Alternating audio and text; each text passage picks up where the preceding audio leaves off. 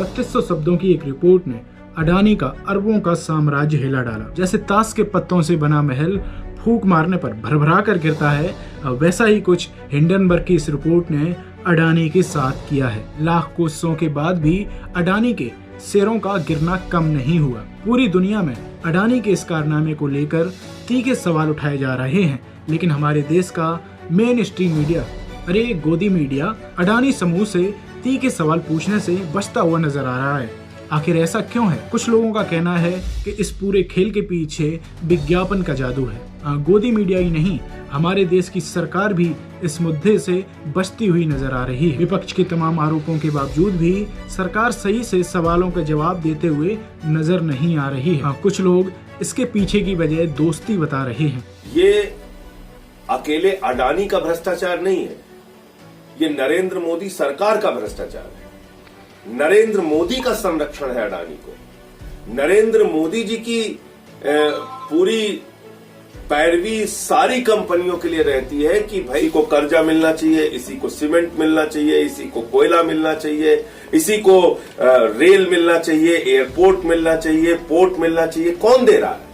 मोदी जी दे रहे हैं। किसका काला धन है? भारत के प्रधानमंत्री अगर सामने नहीं आ रहे हैं, चुप हैं, खामोश हैं, मोदी जी का काला धन लगा हुआ है, विदेशों से आ रहा है हिंदुस्तान में। क्यों नहीं बोल रहे हैं? अडानी की कंपनी में लाखों करोड़ रुपए विदेशों से फर्जी कंपनियां बना के किसका पैसा लाया गया? भारत के प्रधानमंत्री सवालों के घेरे में है और सवाल का जवाब देने से बच नहीं सकते। इसलिए मैं कहना चाहता हूं कि इस पर बिल्कुल विलंब नहीं करना चाहिए।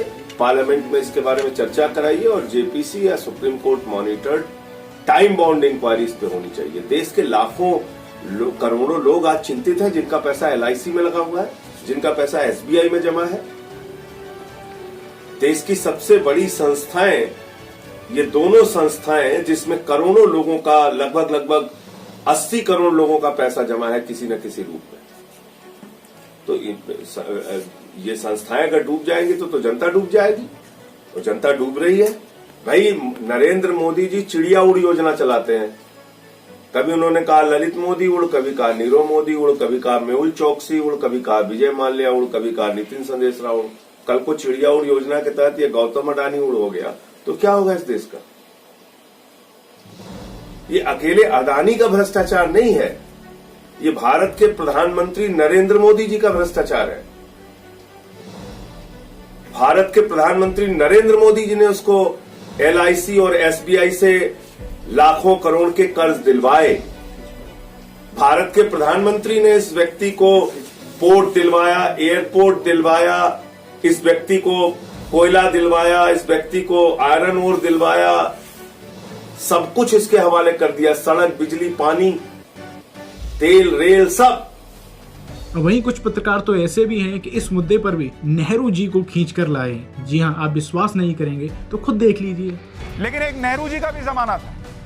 एलआईसी ने निवेश का, इन्वेस्टमेंट का ऐसा घोटाला हुआ कि तब के वित्त मंत्री को इस्तीफा तक देना पड़ा। वहीं आज तक चैनल पर इस मुद्दे पर बातचीत करते हुए बीजेपी की तरफ से कोई प्रवक्ता नजर नहीं आया।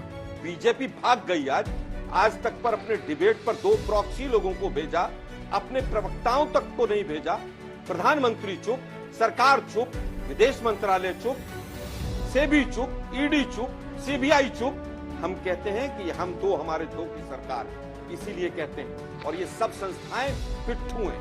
हम इसीलिए कहते हैं कि संविधान को खत्म कर दिया, 2 प्रॉक्सी लोगों को भेजा।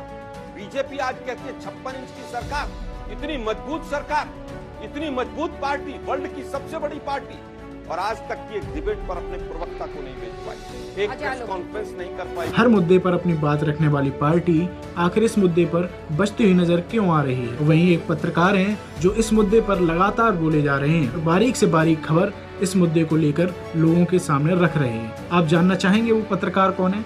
जी हाँ, वे वही पत्रकार हैं जिस चैनल में वो काम किया करते थे। अडानी जी ने कुछ दिन पहले ही वो चैनल खरीद लिया था। जी हाँ, हम बात कर रहे हैं रवीश कुमार की। जी हाँ, रवीश कुमार इस समय अपने YouTube चैनल पर अडानी समूह का जिस तरीके से हाल हो रखा है उस पर बारीक से बारीक खबर दे रहे हैं और कई सारे वीडियोस बनाकर वो लोगों को जागरूक भी कर रहे हैं। हाँ दोस्तों, आप लोगों को क्या लग रहा है कि जो मेन स्ट्रीम मीडिया है इस मुद्दे पर कम चर्चा होने की असली वजह क्या है? हमें कमेंट बॉक्स में बताएं। धन्यवाद।